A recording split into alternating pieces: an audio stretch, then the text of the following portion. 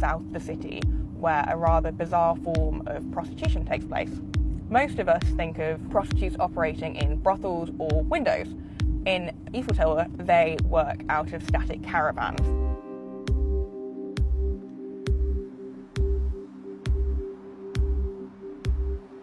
The motorhomes line a stretch of busy road in an industrial area some 20 minutes drive from the centre of Cologne. Customers park their vehicles between the caravans before knocking on the door to negotiate. The going rate for sex is between £25 and £45. Prostitutes advertise their availability by sitting in the dimly lit windows. On this cold Friday night in November, there is no shortage of customers. It may seem sleazy, even dangerous, but it's perfectly legal. My name is Thea Jacobs. I'm a feature writer at The Sun. I've come to Germany to meet the men and women who work in the sex industry to find out how the country became known as the bordello of Europe.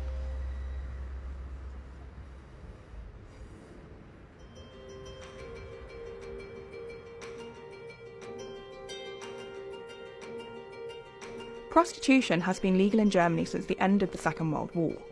In 2002, the Prostitution Act gave sex workers the same rights as the rest of Germany's labour force.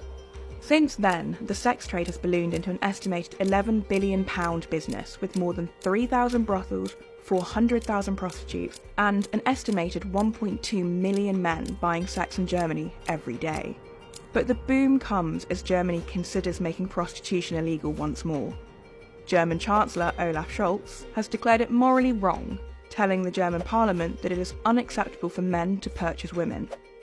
Anti-prostitution activists agree, saying that the trade exploits vulnerable women and goes nowhere near far enough to protect them from dangerous and violent men.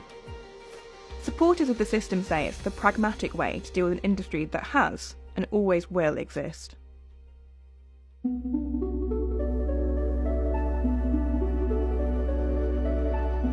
Cologne is home to the world's largest brothel, a glowing pink apartment block called Pascha, which boasts of being a mini-city. The building has 11 floors, 6 of which are filled with women touting for johns. They sit outside bedroom doors, scantily clad and available to be purchased in 30-minute increments. These mega brothels, as they're known, are concerning to anti-prostitution activists who say the gigantic sex markets offer little protection to the women who operate there. If you want to open a brothel or buy sexual access to someone in Germany, you can get away with quite a lot. You can make money off of or sexually profit from quite a vulnerable population.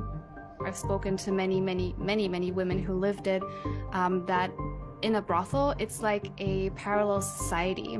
Really, escorting in the streets are not that different. When you're in the room alone with a man, theoretically, you've got all these rights and protections. But really, I see, especially looking at the online forums of sex buyers, and again, the testimonies of women, men can do almost anything they want short of killing a woman and likely get away with it. Opposite Pascha is Das Bordell, another multi-storey brothel. Earlier this year, a drunk British tourist drove a car into the front of the building after his friend was involved in a fight with security, allegedly over his dissatisfaction with his experience at the brothel. The owners of these establishments claim they offer protection with security and panic buttons should anything go wrong. But despite these measures, 2 women have been killed in Pascha by clients. Sex buyers feel very comfortable being incredibly disrespectful or even violent, and they feel very confident that there won't be consequences. Like any industry, sex work has many different tiers and pay brackets. At the bottom are street girls, who are often run by pimps and have little protection from dangerous clients. Slightly better off are the caravan girls, who are found across the country along highways popular with long-distance truckers. Brothels charge women to rent a room, and then they make their own deals with each client. They have panic buttons and burly bouncers around to step in if needed. The top-level sex workers in Germany are escorts, and not all of them are women. Sensuality doesn't have to be well-behaved. Some need a light touch, others something more powerful. It can be letting yourself be surprised or wanting to control. Your sensuality is a gift, nothing shameful. My name is Sasha. I'm 51 years old and I work like an, let me say, male escort, and also I would say as a sensual companion for women. I like to chat with women in my private life, and I got very inspired by this kind of conversations in my private life.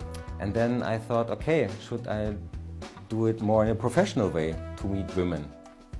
I made some research and then I thought, okay, let's give it a try. The women, they find us like in a catalog. On a web platform, you have a profile text. The minimum time is 2 hours, then it comes to 300 euros, but usually it's more than that. It comes to 3 or 4 hours or half day, or sometimes a whole day.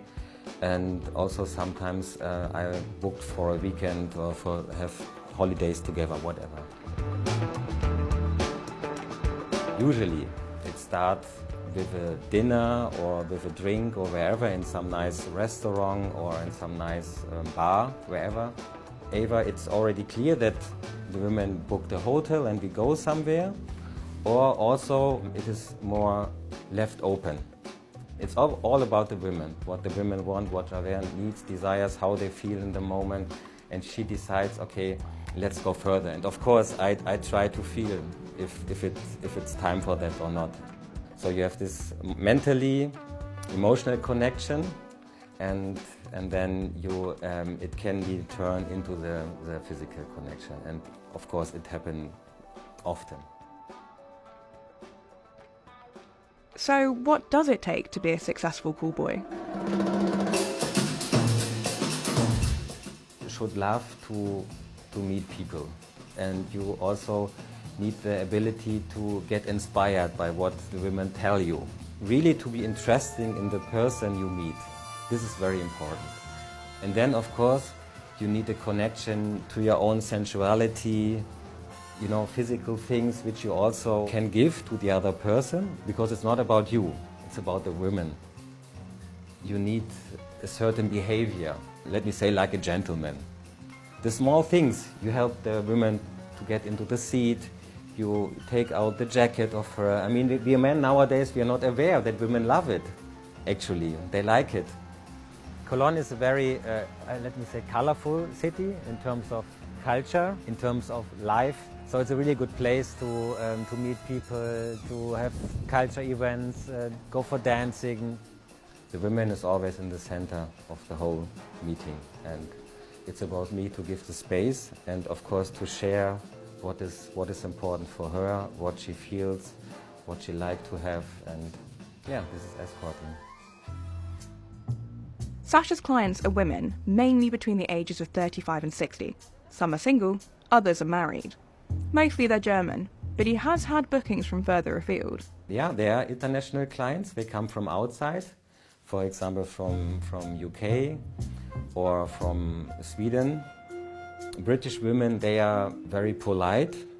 They are more hold back a little bit in a positive way, because we talk a lot, they ask a lot about things, and actually that and in a very polite way. And we are Germans, maybe you know, we are a little bit more straight.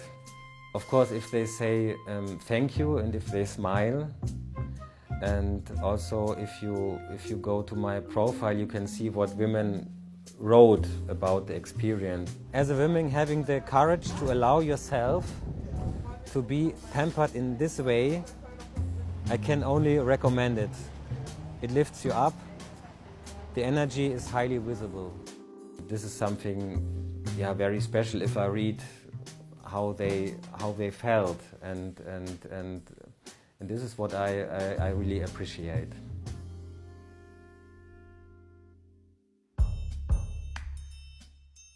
For female escort Alba, her motivations are pretty simple. I like sex with another man. I love it. Hi, I'm Alba and I work as an escort lady in Hamburg in Germany. I'm 80 years old and I have 3 children. Alba began escorting after 10 years performing tantric massage. Her main mix of clients are businessmen, holidaymakers, and men with physical disabilities. I meet men for a quality time, 2 or 3 hours. We meet places, we have a fine dinner, and we go to the hotel rooms and we have sex. For 1 hour, this is 200 euros, and I will book 2 hours, 3 hours, or 1 night long, 1 day, 1 weekend. When it was good, they come back. Alba's friends and family are accepting of what she does for a living, but she admits they were surprised when they first found out. The first time they are shocked. No? Oh my God, you're working on the reeperbahn, but no. I only working at hotels and businessmen, and a good time. I have a quality time. I like it, I feel it, and it's only for me a good job. Yes. The best compliment for me and for my work is I see it in his eyes. The eyes are bright, and he say it with his heart. He say thank you, and it is from his heart and from his soul. This is a great compliment for me, yes. German law requires both Sasha and Alba to be registered as sex workers, and they even have passports to prove it. They have to attend yearly health advice meetings, and condoms must be used in any sexual activity. Sasha believes that keeping his industry legal leads to greater oversight and minimises the risk of criminal activity in the business. It should be official because, yeah, there are needs and desires in our society, and it is also good to have a space for that. And if you do it something illegal, and then it can create problems. Yeah.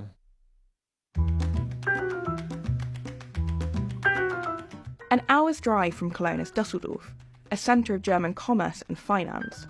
Men with money to burn fly in for business every day.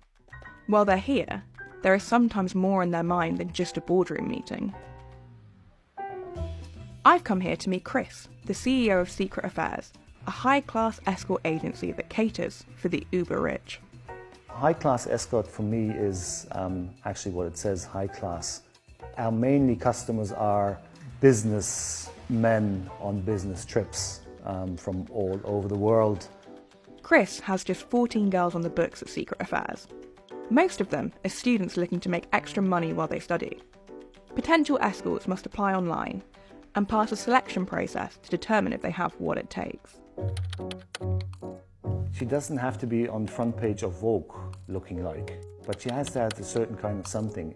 The body has to be perfect. That's what it is in high-class escort service. No tattoos, no piercings. They have to be very glamorous. The lady has to have a clear, good language, fluently German and then a second language. The more languages, the better, because we have international clients. Educated, open-minded. Is she able to talk to a person for an hour and a half? A certain kind of something is hard sometimes to describe. I decide what a certain kind of something is. That's why I meet every lady of us in real life. And then I can tell within 10 minutes, is she the right lady for Secret Affairs or not? A customer sends in an inquiry to our agency saying, listen, I'm in Frankfurt, Düsseldorf, Cologne, wherever in Germany. I would like to have some company for the evening, beginning with a date, having dinner or meeting at the bar, having some drinks, having a good time, a good conversation. And then after that, spending that nice time, having some private time in the hotel room and going on forward. We start off with 2 hours booking for 750 euros, and then it just goes up like 3 hours, 950 euros, 4 hours, 1,150, up to a week, which is 7,000 euros.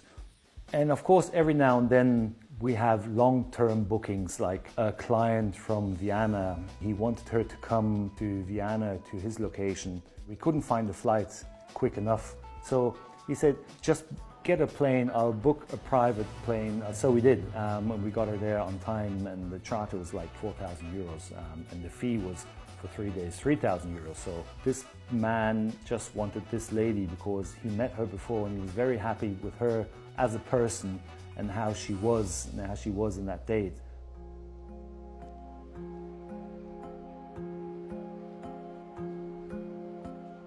Working with an agency provides a higher level of security than other sex work. Chris says he vets any potential clients before they meet any of the girls and has processes in place should anything go wrong. In this echelon of the business, the girls can earn thousands of pounds per day. It's not unusual for clients to shower them with expensive gifts like jewellery and shoes. But anti-prostitution activists claim that even this upper level of the industry contributes to an unhealthy attitude towards women in Germany. I think we can say that we are a culture of sex buyers. I mean, everyone knows multiple sex buyers. I've never been in a sex trade personally, but I know what it's like to live in a culture that considers it acceptable to put a price tag on access to a woman's body. I've experienced it multiple times looking for a place to live. Landlords that think potentially as a young woman, if they reduce your rent, maybe they can get access to your body. So a sort of sex buyer mentality permeating in the culture. Whether for good or bad, it's a mentality that is seemingly hard to shake. Germans opposed to the sex trade have a long road ahead of them.